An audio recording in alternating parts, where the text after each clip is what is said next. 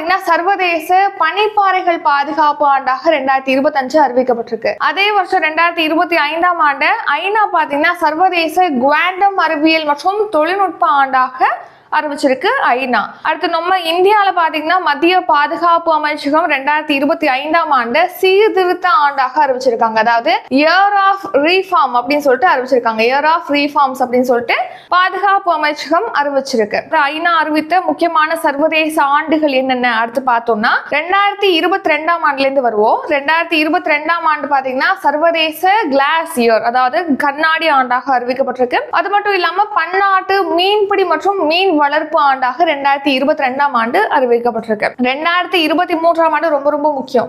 அதாவது சர்வதேச சிறுதானிய ஆண்டாக அறிவிச்சிருப்பாங்க. அடுத்த சர்வதேச ஒட்டக ஆண்டு எப்போ அப்படின்னா கடந்த வருஷம் 2024ஆம் ஆண்டு தான் சர்வதேச ஒட்டக ஆண்டு. அதுக்கடுத்து இப்போ நெக்ஸ்ட் இயர் 2026ஆம் ஆண்டு அப்படிங்கிறது பாத்தீங்கன்னா சர்வதேச பெண் விவசாயிகள் ஆண்டாக அறிவிக்கப்பட்டிருக்கு ஐநானால. அதுக்கடுத்து 2027ஆம் ஆண்டு பாத்தீங்கன்னா சர்வதேச நிலையான மற்றும் நெகிழ்திறன் சுற்றுலா ஆண்டாக அறிவிக்கப்பட்டிருக்கு. 2029ஆம் ஆண்டு வந்து சர்வதேச சிறுகோள் விழிப்புணர்வு மற்றும் கோள் பாதுகாப்பு ஆண்டாக அறிவிக்கப்பட்டிருக்கு.